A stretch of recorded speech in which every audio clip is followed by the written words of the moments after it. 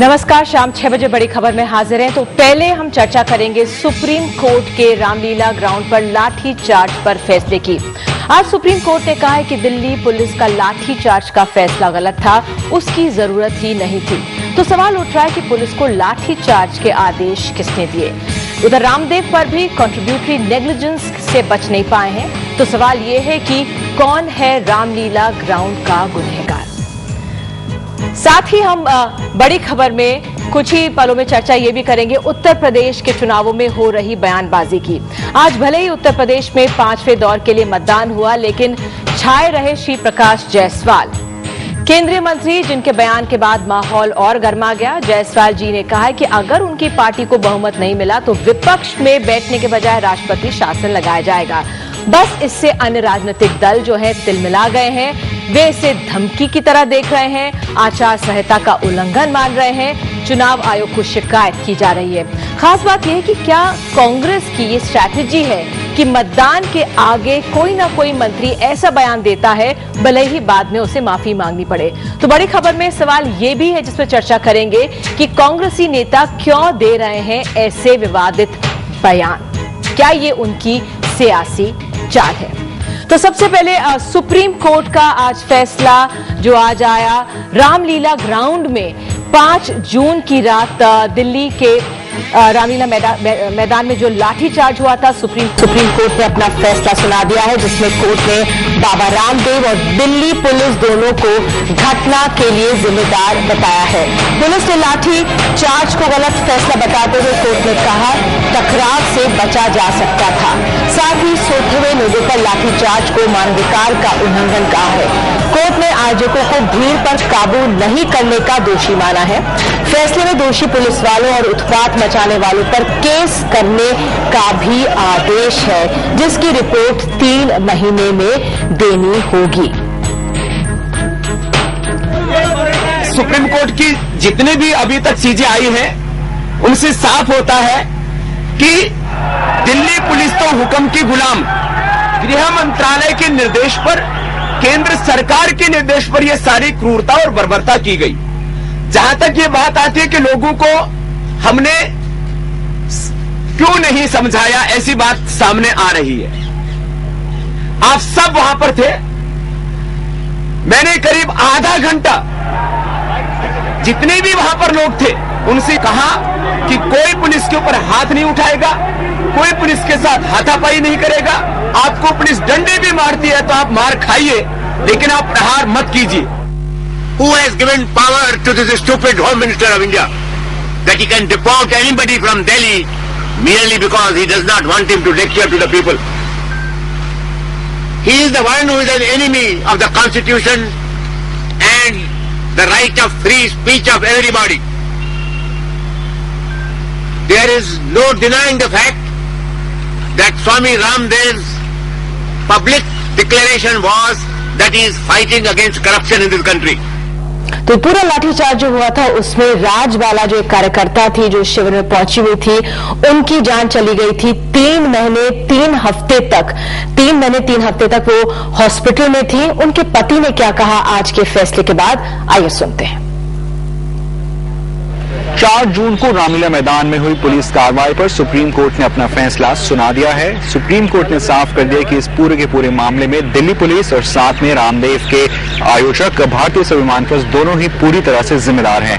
Delhi police के role पर सवाल उठाते हुए सुप्रीम कोर्ट ने कहा कि कहीं ना कहीं से ऐसा लगता है कि दिल्ली पुलिस अपना एक शक्ति प्रदर्शन दिखाने की उम्मीद से यहाँ पे आई थी। और हालांकि दिल्ली पुलिस के इरादों पर सुप्रीम कोर्ट ने सवाल नहीं उठाए, लेकिन जो तरीका उन्होंने अपनाया उस पर बड़े सवाल उठाए हैं। सुप्रीम कोर्ट ने साफ किया कि जो भी साक्ष्य उनके सामने रखे गए थे उससे यही दिखता है कि दिल्ली पुलिस के कुछ अधिकारियों ने भीड़ के ऊपर लाठियां बरसाई थी, भीड़ के ऊपर आंसुए से गोले फेंके थे। लेकिन साथ में इस बात को भी कहा कि इस बात की पुष्टि होती है कि रामदेव के समर्थकों ने भी पुलिस बल पर हमला किया था, उन पर भी पत्थरबाजी की थी, जिसके लिए वो रामदेव और भारतीय स्वाभिमान ट्रस्ट पूरी तरह से जिम्मेदार हैं। साथ में एक रामदेव के लिए एक बहुत बड़ा सवाल पुलिस ने खड़ा किया कि जिस तरह से जो सपोर्ट रामदेव को मिलता है, जिस तरह से उनके समर्थक जुटते हैं, तो उनको एक बड़ी रिस्पॉन्सिबिलिटी दिखानी चाहिए थी। और जब पुलिस ने उनका जो परमिशन थी उसको कैंसिल किया था और उसके बाद जो है वहां से भीड़ को हटने का था, तो उसको अच्छे से इवैक्यूएट करना चाहिए था। सुप्रीम कोर्ट ने यह भी सवाल उठाया कि क्या इस पूरी की पूरी कार्रवाई की जरूरत थी, क्योंकि अगर पर्याप्त समय दिया जाता तो हो सकता था कि पूरे के पूरे मामले को बेहतर ढंग से संभाला जा सकता था, लेकिन दोनों तरफ से ऐसा नहीं हुआ। दोनों तरफ की ही इसमें खामियां हैं, जिसको जो है सुप्रीम कोर्ट ने दोनों को ही जिम्मेदार ठहराया है। तो दोनों ही तरफ की खामियां हैं। बीजेपी ने रामलीला मामले पर दिल्ली पुलिस और गृह मंत्रालय को जिम्मेदार ठहराया है। पार्टी का कहना है कि पूरे मामले के लिए सिर्फ दिल्ली पुलिस ही नहीं, कांग्रेस सरकार और गृह मंत्रालय जिम्मेदार है। इन टिप्पणियों को जोड़कर हम मानते हैं कि निश्चित रूप से इसके लिए केवल दिल्ली पुलिस नहीं, दिल्ली पुलिस के आका, दिल्ली पुलिस के माए बाप, जो गृह मंत्रालय है, जो कांग्रेस पार्टी की सरकार है, वो उसके लिए जिम्मेवार है केंद्र में, और इसलिए इनकी जिम्मेवारी बराबरी की बनती है, ऐसा हमारा मानना है। तो आइए चर्चा की शुरुआत करते हैं। कुछ मेहमान मेरे साथ यहाँ पर पैनल हमारा मौजूद है। संतोष बागरोडिया जो कांग्रेस के सांसद हमारे साथ हैं, अनुराग ठाकुर सांसद बीजेपी के हमारे साथ हैं, राजीव राय समाजवादी पार्टी के महासचिव, अजय बोस लेखक है, उन्होंने किताब लिखी है मायावती पर, और शरद प्रधान वरिष्ठ पत्रकार है उत्तर प्रदेश से। लेकिन अनुराग ठाकुर के पास पहले चलते हैं। अनुराग, अगर आप मुझे सुन सकते हैं, आज हमने बीजेपी की प्रतिक्रिया सुनी। जो कोर्ट ने फैसला दिया, पुलिस को दोषी ठहराया, वो बीजेपी मान रही है, लेकिन जो रामदेव पर जिस तरह से उनको भी कंट्रीब्यूटरी नेग्लिजेंस का दोषी पाया गया, उससे आप लोग असहमत हैं, क्यों?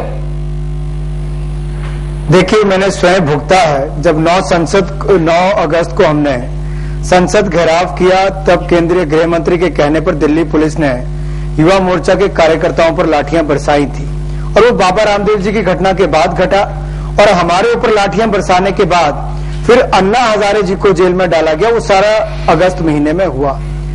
आज जो निर्णय आया है, मैं उसके ऊपर चढ़कर ये कहना चाहता हूं, उससे आगे बढ़कर ये कहना चाहता हूं। अनुराग, लेकिन एक जो बात है, सुप्रीम कोर्ट के जो ऑब्जर्वेशंस हैं, उससे बीजेपी संतुष्ट है कि पुलिस जिम्मेदार है, पुलिस किसको जवाब देगी, वो आप लोग वाजिब अगर एक तरह से कहीं प्रश्न उठा रहे हैं। लेकिन जब रामदेव को गिल्टी पाया जाता है, उस पर आप लोग असहमत हैं, ऐसा क्यों? उसका भी तो जवाब सुनना चाहेगी जनता। देखिए, कौन सा गैर कानूनी काम कर रहे थे, कौन सी ऐसी आफत आ गई थी कि जिसके लिए लाठीचार्ज करना पड़ता? क्या वहां पर कुछ ऐसा हो रहा था जिससे कि वहां पर स्थिति गंभीर हो जाती? अगर वहां पर स्थिति गंभीर हुई तो पुलिस वालों के आने के बाद हुई, जहां पर आंसू गैस के गोले छोड़े गए, लाठियां चलाई गई, यहां तक कि मौत के घाट मंजुवाला जी को उतार दिया गया।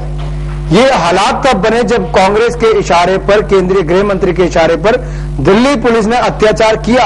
अगर वो नहीं होता तो शांतिपूर्वक ढंग से कार्रवाई की जा सकती थी। युवा मोर्चा के कार्यकर्ता भ्रष्टाचार के खिलाफ संसद घेराव के लिए आए तो उनके ऊपर लाठियां चलाई। उनका बेचारों का क्या कसूर था? देश का नौजवान आज क्या भ्रष्टाचार के खिलाफ आवाज भी नहीं उठा सकता? क्या उसको लाठियां खानी पड़ेगी?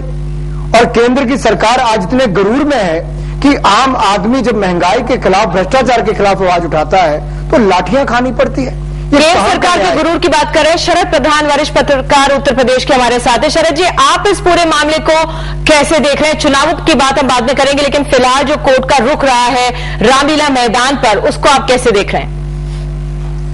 मुझे लगता है कि कोर्ट की जहां तक ये बात कही गई है कि ये कांग्रेस सरकार ने इसको इंजीनियर कराया, क्योंकि दिल्ली पुलिस वर्क करती है अंडर द सेंट्रल गवर्नमेंट, ये तो बात बिल्कुल सही है। लेकिन ऐसा लगता है कि ये सोची समझी साजिश के तहत किया गया था, क्योंकि ये सबको मालूम था, होम मिनिस्ट्री को भी पता था कि वहां पे कोई रामदेव कोई अराजकता नहीं फैला रहे थे। ये आम लोगों ने वहां देखा है, तो वहां जो लोग मौजूद थे वो औरतें, बच्चों के साथ आदमी, आम आदमी थे, जो टेररिस्ट नहीं थे, गुंडे नहीं थे, बदमाश नहीं थे, पॉलिटिशियंस नहीं थे।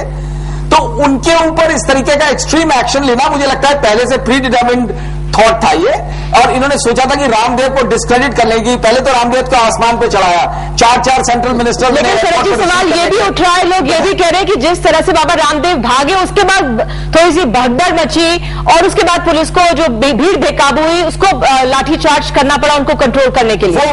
वो बिल्कुल नहीं, वो जो रामदेव का जो एक्शन था भागने का, वो बड़ा अनकॉल्ड फॉर था। वो आज तक मुझे समझ में नहीं आया, बजाय वहां पे वो खड़े होकर के स्टैंड लेते कि ठीक है मुझे अरेस्ट करो, लेकिन सुनने में आया कि क्योंकि उनके वो जो लाउड स्पीकर्स के वायर्स काट दिए गए थे, वो बोल नहीं सकते थे, लेकिन वो जो पोर्टेबल माइक होता है उससे बोल सकते थे। उनको भागना नहीं चाहिए था, ये मैं एग्री करता हूं। वो बिल्कुल गलत एक्शन था जिसकी वजह से आप कुछ कहेंगे, लेकिन आप कुछ कहेंगे, लेकिन दीदी भगदड़ से। हाँ देखिए, बाबा रामदेव जी वहां से भागे नहीं भागे वो बात की बात है। असली मुद्दा यह है उस गरीब आदमी का, आम आदमी का क्या, जो केवल वहां पर शांतिपूर्वक ढंग से प्रदर्शन करने आया था, उस कैंप में आया था। ना उन्होंने किसी के लिए गलत शब्द इस्तेमाल किए, ना वहां पर कोई ऐसी अप्रिय घटना घटी जिसके चलते पुलिस कार्रवाई होती। अगर वैसा कुछ नहीं हुआ था तो दिल्ली पुलिस ने शांतिपूर्वक ढंग से पंडाल खाली क्यों नहीं करवाया?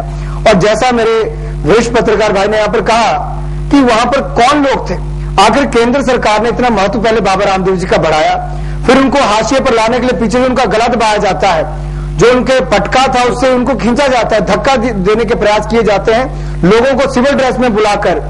ये जब आरोप लगाते हैं तो जो बचाव कर रहे हैं उसको भी आपको बताना चाहिए। अजय बोस कुछ कहना चाह रहे हैं। जी अजय। मैं कह रहा हूं दिल्ली पुलिस का तो जरूर सबसे बड़ा दोष था, लेकिन रामदेव की कुछ जिम्मेवारी होता है, इतने लोग को